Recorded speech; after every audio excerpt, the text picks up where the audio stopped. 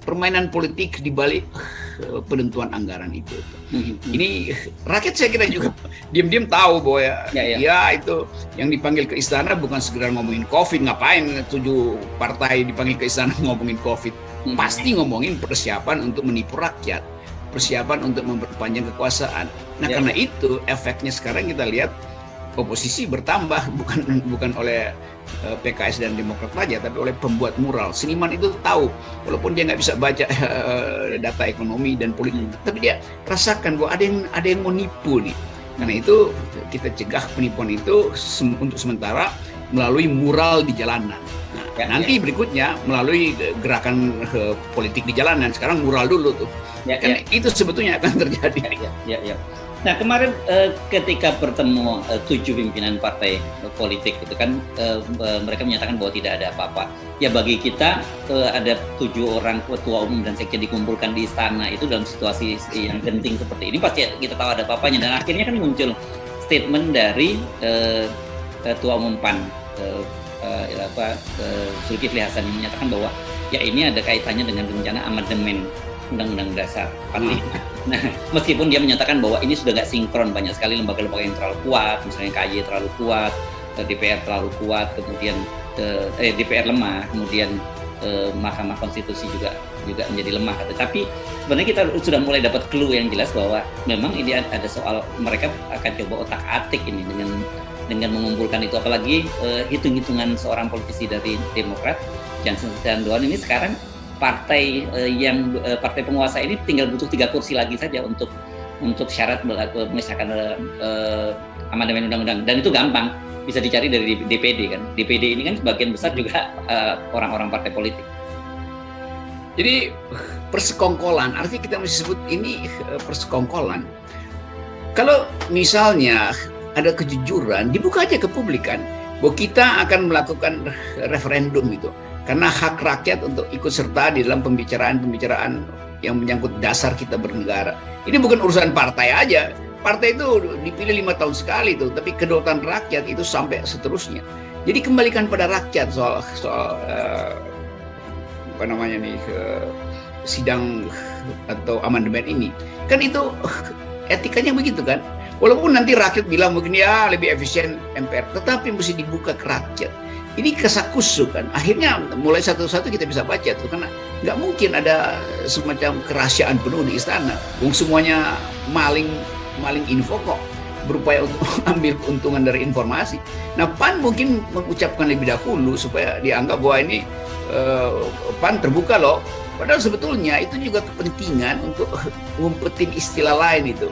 Misalnya percepatan pergantian presiden.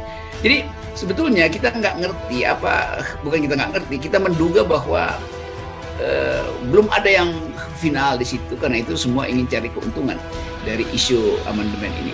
PAN tentu berkepentingan besar karena PAN barusan merangkak ke istana, maksudnya dia merangkak ke situ karena dia berupaya untuk nyampe juga di ruang kabinet, tentu punya desain lain dan berupaya untuk cari keuntungan material dulu dari isu ini.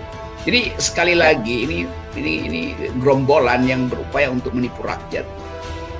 Ya, Bung Rocky, ini satu hal yang saya perhatikan, selalu logika publik itu dengan logika para pimpinan partai politik itu bertolak belakang. Padahal kita tahu selama ini kan mereka ini selalu menyebut bahwa mereka ada representasi dari rakyat, ya kan? Ketika rakyat melihat bahwa rezim ini menuju titik nadir, menuju endgame, dan sementara politisi justru ingin masuk ke dalam kekuasaan. Ini apakah saya cuma berpikir, apakah cara berpikir politisi itu memang begitu? Mereka hanya sama dengan rakyat ketika menjelang pemilu, tapi ketika pemilu selesai, ya logika berpikir mereka itu berbeda sekali dengan logika rakyat yang memberi amanah mereka, memberi amanah mandat kepada mereka. Ya, itu jelas terlihat karena ketiadaan leadership dari Presiden Jokowi, maka semua orang jadi oportunis kan. Kan lain kalau dari awal Presiden Jokowi bilang bahwa saya ingin mempertahankan jalan demokrasi, karena itu saya batasi kekuasaan saya dan saya persilahkan yang lain itu jadi oposisi. Maka konfrontasi berlangsung justru di dalam sistem yang tertata tuh. Kalau sekarang nggak ada kejelasan itu. Kita hitung misalnya berapa banyak partai yang sekarang kosong anggarannya tuh.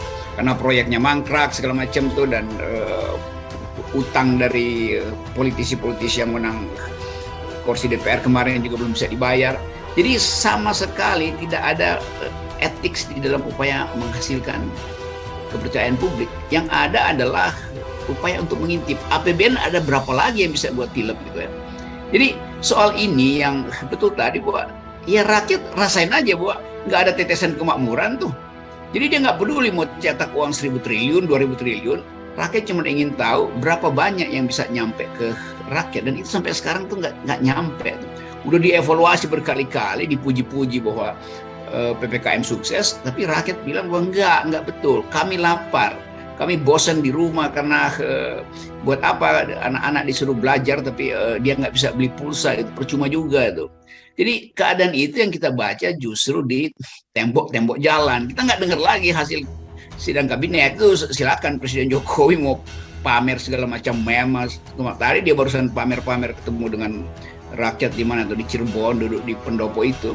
Sementara seolah-olah tuh dia sendirian.